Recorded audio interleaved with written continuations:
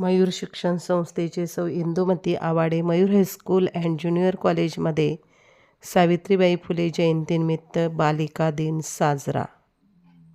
विविध वेशभूषा विद्यार्थिनींनी सादर केलेल्या आहेत. भोगले किती सोसले तरीही तिने शिकवले.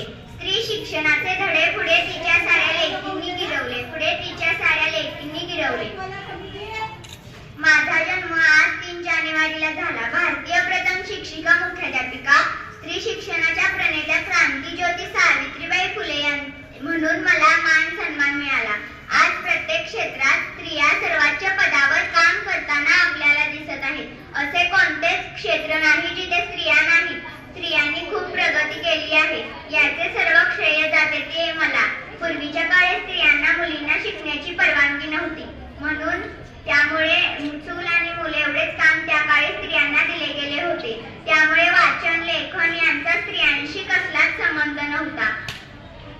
ही अनिष्ट पद्धत मोडून काढण्यासाठी मी सन 1848 मध्ये पुण्याच्या शनिवार वाड्यात पहिली महिला शाळा सुरू केली. मी स्वतः मुलींना शिकवण्यासाठी शाळेत जात असत, परंतु तेथील लोकांना आवडत नव्हते. म्हणून लोक माझ्या अंगावर शेण माती कचरा फेकत होते. पण मी व फुले यांनी आपले कार्य चालू ठेवले. मी मुलींच्या शिक्षणासाठी माझं आयुष्य पणाला लावलं. शेवटी एवढेच म्हणावेसे वाटते की माझ्या उत्तुंग भरारी पुढे गगनही ठेंगणे भासावे. माझ्या विशाल पंखाखाली विश्व ते सारे वसावे. धन्यवाद.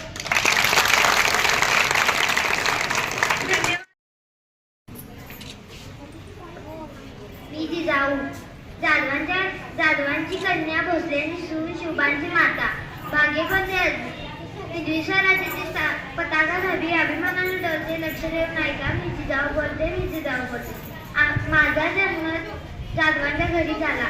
तेव्हा आनंदाने दारादारात रांगोळ्या काढल्या गेल्या,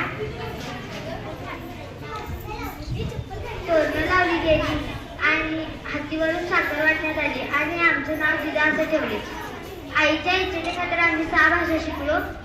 हिंदी स्वराज्य स्थापना करण्यास, छत्रपती शिवाजी महाराजांची माता बनण्यास मला भव्य भाग्य मिळाले. खरंच धन्य आहे. धन्यवाद.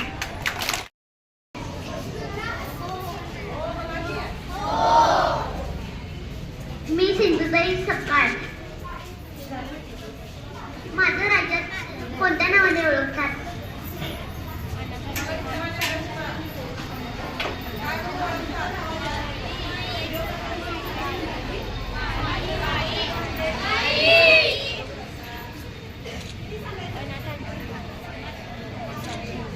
अनाथांची माई.